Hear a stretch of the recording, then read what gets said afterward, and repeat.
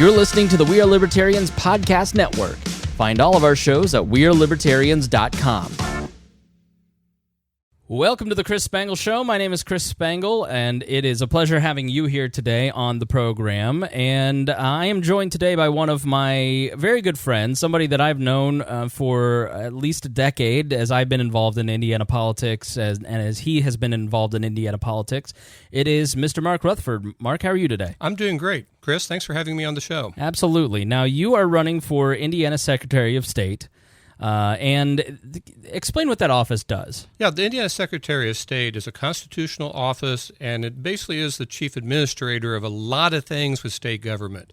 It's required by the Constitution of Indiana, and basically its really function is to deal with administration of business needs, uniform commercial code. I know that's a mouthful, but that's very, very important for people who are lending money and borrowing money, that there are accurate records. The Indiana Elections Division, Secretary of State's the chief election officer of the whole state, making sure that elections are done well and can be trusted and people can trust in the elections. The campaign finance is under the Secretary of State's bailiwick, and Securities Division. A lot of people know about the Federal Securities Division. SEC is what it's called, Securities Exchange Commission.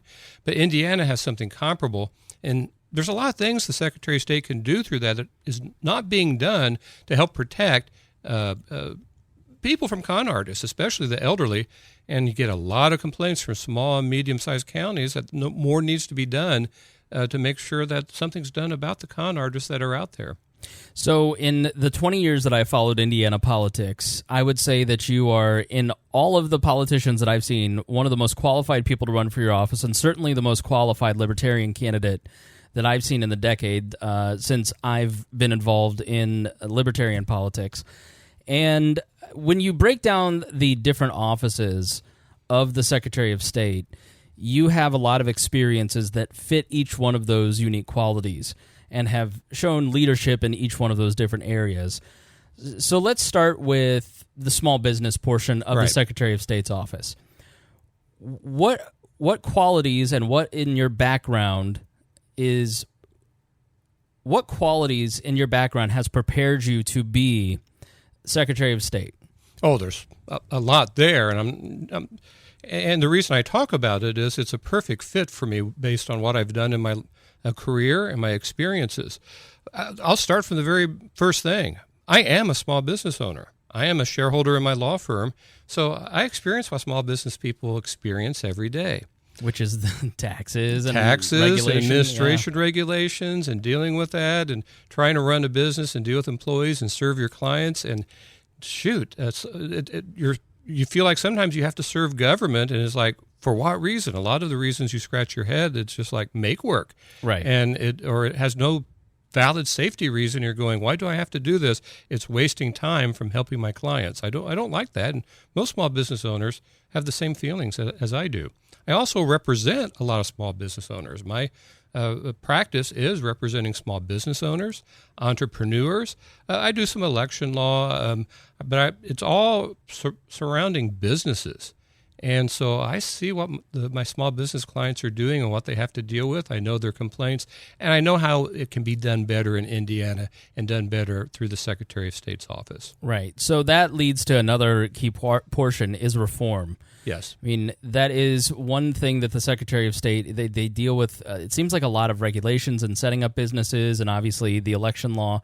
And what are some key components of reforming Indiana government that you'd like to see happen under your watch as Secretary of State? Well, there's a lot. Well, it has to be easily accessible, and it has to be something where a business owner can do most of what needs to be done with the Secretary of State, and it shouldn't take more than 10 minutes a year. Mm-hmm. And it should be able to be done online, and you shouldn't have to hire lawyers to figure all this out.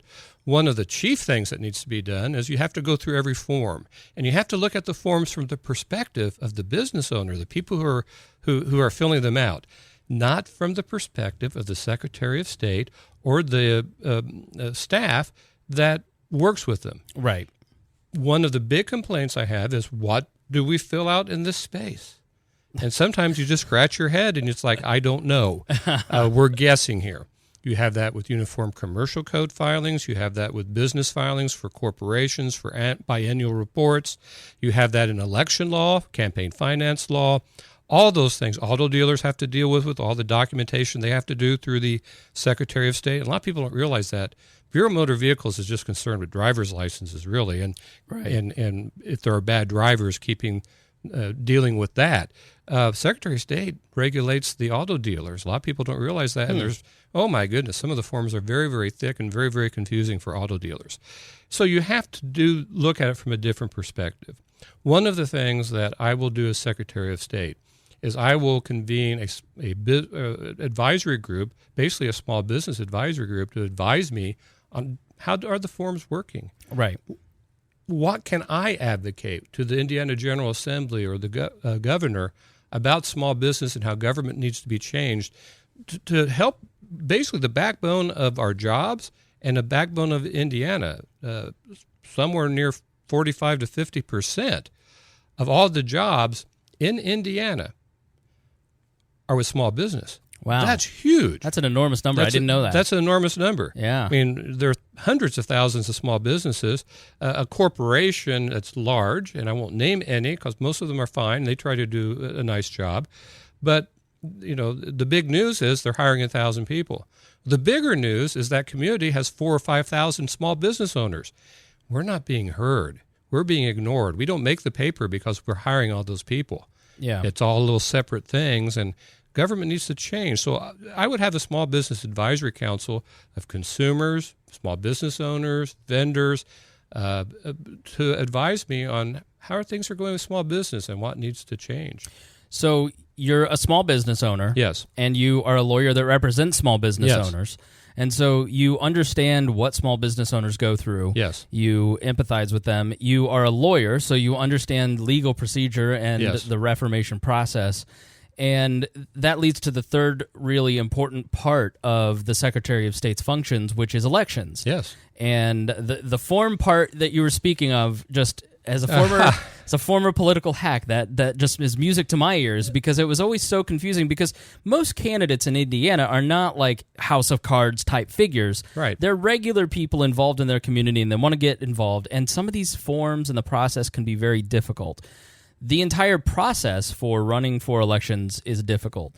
The entire system is set up to favor power interests, essentially. It favors incumbents. Let's be blunt about it. Exactly right. And so you being a third-party member, you bring a lot of experience in those other two areas, but being from a third party, how do you think that will help you in managing the election division and all the electoral processes of the Secretary of State's office? Well, it's a big help because I'm looking at it from a different perspective. I'm looking at a perspective of not what favors the Democrats or Republicans, it's what is needed, how just a normal person can go in and do this. Right. We see how it's clearly designed for the Republicans and Democrats, and we have questions, and it just doesn't really work for us sometimes. So that's a really important thing. The other thing is I've been working with these forms for 20 years. Yeah. I have a very good idea of what they are, and I've scratched my head quite a few times for clients and for political candidates I'm working with, or for party organizations I'm working with, about why this? What does this mean? This is stupid. I mean, there's a lot of that. Like, this is really not accurate, but the state law requires it. That's really weird. And there's a lot of that in the finance forms. Let me tell you a little story, though, that kind of sums up the problem with campaign finance laws and with election laws when it comes to filing forms to the Secretary of State. I've been to many Indiana Election Commission hearings. Most of them were when I was chairman of the Libertarian Party of Indiana. And I was there, and people who work with that know that people who don't fill out the forms right or they file them a little late, they have to go before the Indiana Election Commission, and they're saying, why did you file it late? And this one gentleman went up there. He had run for a state legislature, probably Indiana House, didn't really understand what he was getting into in the process, and he got fined for filing his campaign finance forms late. And he went up, gave his excuse, which was valid, and didn't really understand it. As soon as he realized his mistake, he filed it. And the Indiana Election Commission, as it often does with people with no prior problems or sporadic but not usual problems, the fine that they had sent to him and said he needs to pay, they agreed to reduce it substantially. Right. But it still was, for somebody who's working 9 to 5 and is an establishment somewhere, it was still a pretty hefty fine. Yeah, so we believe in the rule of law. Obviously, you have to follow the rule of law. How would you help that average candidate out there who's independent-minded and is working hard to make a change in their community? Well, here's how you do that. And how you do that is, one of the big things is that everything that you get from the Indiana Election Commission, all the pamphlets and all the books, etc., which I consider are fairly well done. Yeah. But they have big disclaimers saying, this doesn't bind us. You have to hire your own attorney Right. to figure out what the law is. This is just a kind of a guide on where you find the law. And it's like, wait a minute. So we have to guess. Right. And then if we guess wrong, you get to fine us. I mean, that's really what it's saying. Right. And that's just wrong. I'm a big believer that if the IRS tells you to do something over the phone and it's recorded, I can use that recording to say, IRS, you're stuck with that. That actually is how it works in business law. If you have lawsuits generally. If I tell you that you do it this way and it's wrong on the contract, I probably am stuck. I probably modified the contract and misled you. And so it's only fair that I'm stuck with how I misled you. So you're trying to hold lawyers accountable. That's what you're saying. All right, that's reason enough for most people to vote for you. So, and I'm not going after the lawyers of the Indiana Election Division. Yeah, they're good people. Yeah, and they try to be very helpful, as you know. Absolutely. They were so helpful to me, and yeah, they did their best to make a rough situation function. Yes. But it's the mindset that's out there, and it really goes to the Indiana General Assembly for creating that mindset, where it's like, you can't trust government on what we say. Yeah. And the people you work with, you want to trust, but you can't rely on it. And you have to have a lawyer guess on it. That's a big change that needs to be done on that. But the fines need to be reduced. Minor being late, I'm a big proponent of, you do a lot of reminders and you don't fine people until it's because they just don't want to and they got in a process and they don't care. Right. If they care, let's work it out. Let's figure it out. That needs to be the mindset. It's not the rule of law is important, but absurdity is even worse than the rule of law.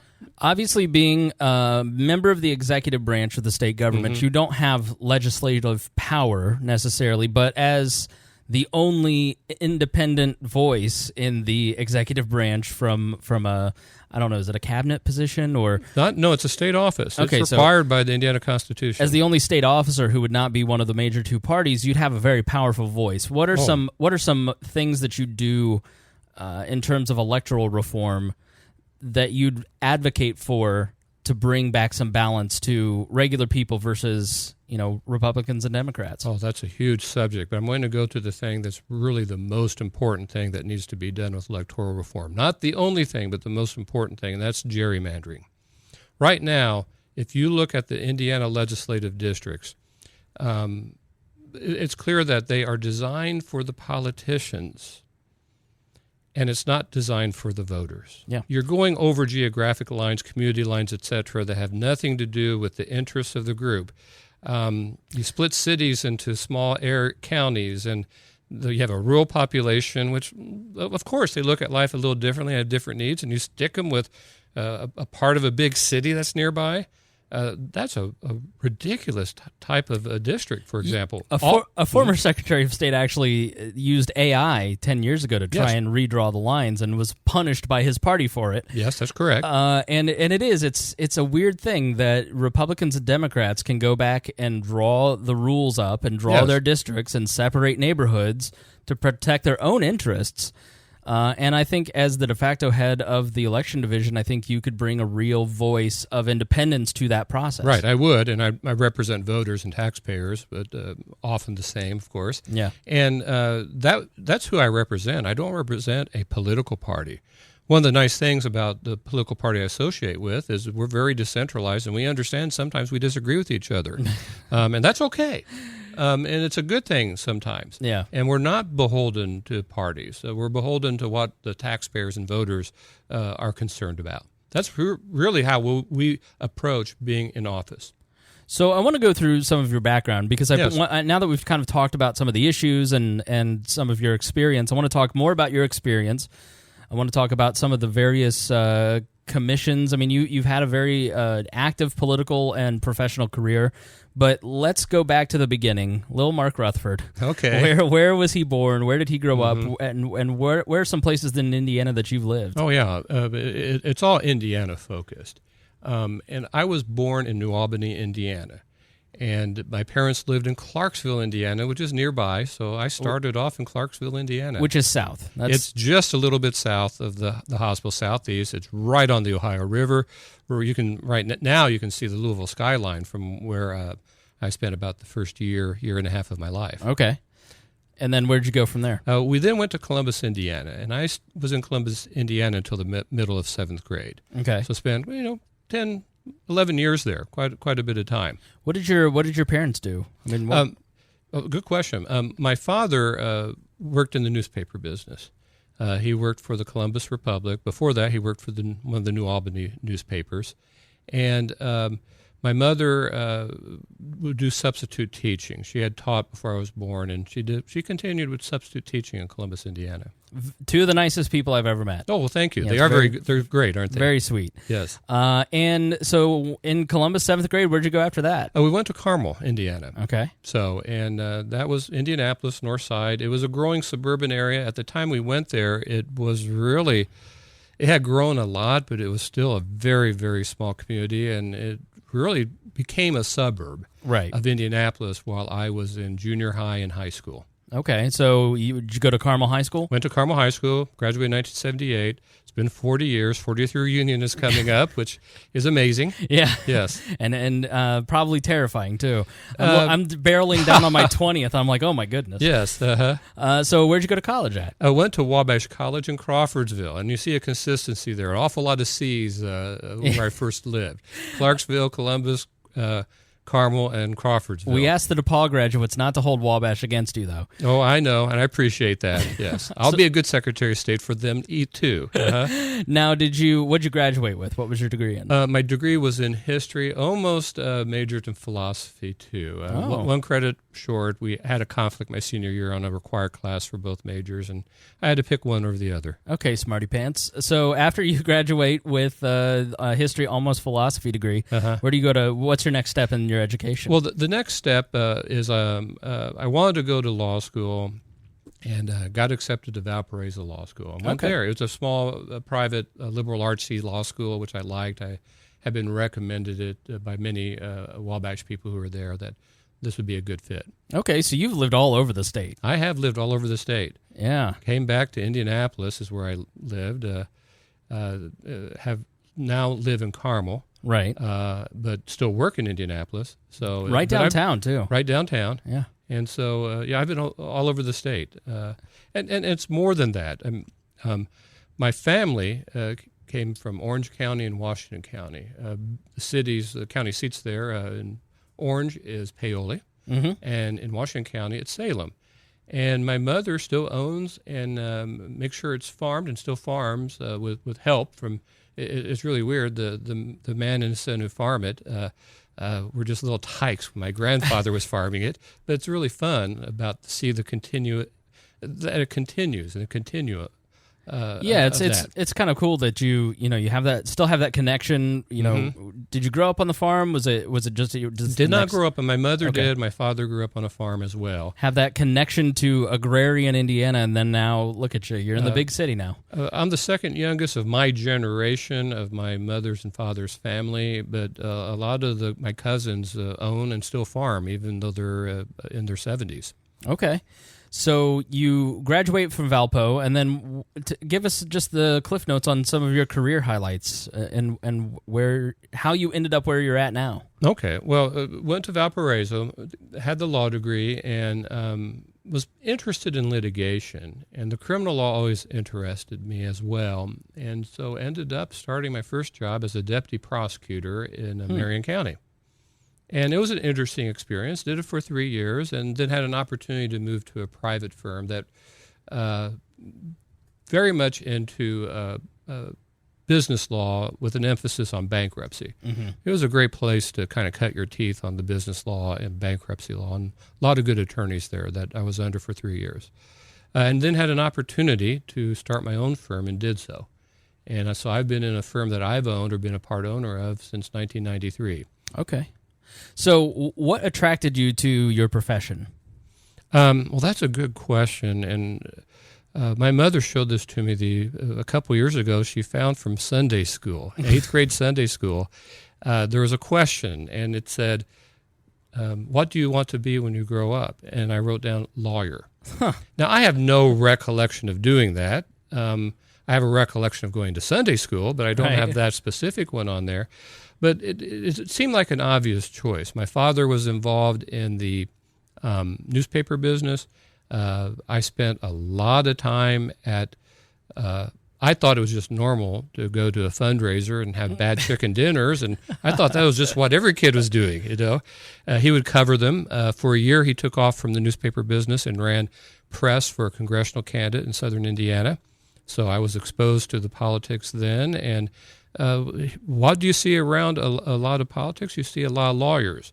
That's not necessarily a bad thing. Lawyers are very familiar with how government works. You have to be, very few areas of law does not require some knowledge of how to deal with government. So it was very, very logical for me to go into the law, having seen lots of lawyers and being around a lot of them, and it's very interesting what lawyers do. Yeah, so is that how you got interested in politics? Politics was I grew up in it. Okay. Some of my earliest memories, probably 2-3 years old, are literally being at political events, following my father to a political event, and he would cover it, and I'd be with my mother and sister, and we'd hang out somewhere, but it was politics all around us, and I got to meet an awful lot of people. So I don't want to ask you how you became a libertarian, okay? Because I don't know that most people understand that experience, obviously. But I want to ask why you chose not to participate in the Republican or Democratic parties and become a libertarian and run more independent. Because if you're interested in politics and want to run for politics, I think most people look at it and go, well, why wouldn't you run for the other two? What about the Republicans and Democrats turned you off, and what was your eureka moment that you were going to do something different? Well, I've known about the Libertarian Party since about the time it was founded. My dad wrote a political column for the Indianapolis News, and its emphasis was on things not being reported elsewhere. So the formation of the Libertarian Party, he was reporting on it way back then. And so I was hearing about things like that and about what it was about. In 1980, the presidential candidate was well-funded. The vice presidential candidate was a millionaire, so there was a lot of money, and they made a lot of hay and a lot of national publicity on it. So I was hearing about it. College, I had excellent philosophy professors who they believed in teaching you about every type of philosophy. Mm-hmm. So I was reading about some of the new writers who are writing about libertarianism as well. They gave me all types of stuff. So I was reading about all types of political philosophy, also in my political science classes as well. So I was seeing that. And so I started working as a deputy prosecutor, having been involved seeing politics. My parents, my father worked for a candidate, seeing what that life was all about. And my family, if you go back generations, basically has what are now considered libertarian beliefs. I think a lot of Indiana does. A lot of Indiana does. I think it's a very libertarian, independent type. I mean, that independent streak within this state, I think, is very strong and prevalent. Yes, it is. It really is. And so being involved in I'll admit the past, I was involved in the Republican Party to an extent when I was a deputy prosecutor, and got a little bit more involved when I was in private practice at first. And you sometimes just have to look in the mirror and go, I think I can accomplish more outside the Republican Party or the Democrat Party. Right. Because they're old, and just like old corporations, they don't reinvent themselves. They can get stale and stagnant. And I just thought that it would be best that I could do more change in the long run through the Libertarian Party. Sure, maybe I could have done something with the Republican or Democrat parties, maybe be in elected office now. But I've got to tell you, being appointed by a Republican governor as a non-Republican to the Indiana Public Defender Commission, just months later being elected chair of that group. It's amazing what I've been able to do and influence through having that seat at the table and the leadership position on the table to make the public defender system far better in Indiana, protect individual rights, and I'm proud to say that we've helped in the long run. It saves money for the taxpayers overall, and we're looking at statistics that are coming out there that suggest that those counties that participate in the Indiana Public Defender Commission, which is voluntary, it's a reimbursement program. The General Assembly gives us money to give out to counties that agree to abide by our standards. And our standards are lower caseloads, better pay, support staff for the attorneys. The number of repeat offenders seem to be going down in the counties that have this program. I mean, so it has so many benefits, and it's things that I've pushed, or I've made coalitions with people who aren't libertarian. They're Republicans and Democrats. They're legislators. Indiana Senate has 2 people on it. Indiana House has 2 people on it. 3 judges appointed by the Supreme Court. 3 people appointed by the governor. 1 person appointed by the Indiana Criminal Justice Institute. We're all over the place on where we think justice should be, but it's fun and effective to get everybody together on what you have in common and to change things for the better. So you're an appointed libertarian, yes, head of a state government commission. Yes, and you've been reappointed, haven't you? I've been reappointed.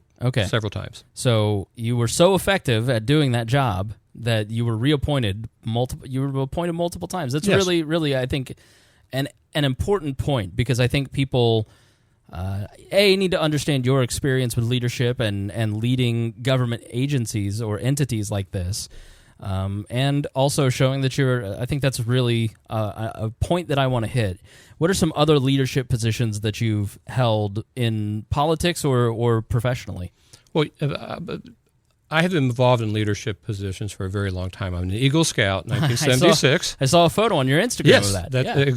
Exactly. And you learn there how to be a leader. And if you're a natural leader, by natural I mean you have the ability to learn and to implement and to lead people and get people to do.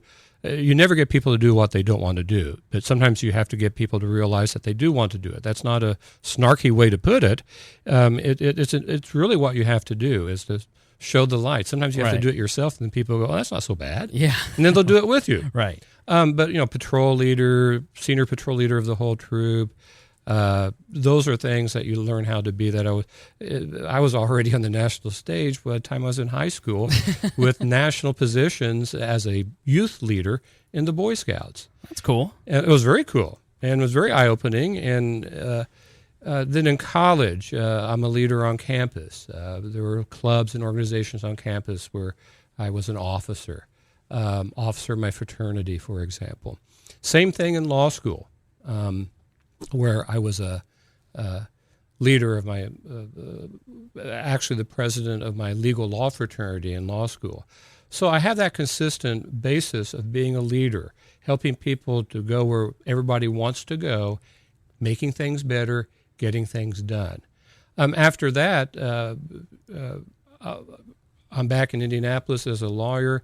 I have served as president of the Police Athletic League of Indianapolis. Oh, that's cool. That was a very cool thing.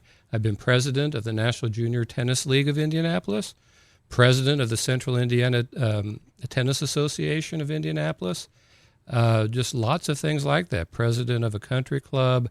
All those are things where you have to get involved, have to do things, show leadership, make things better, and help people to make things better.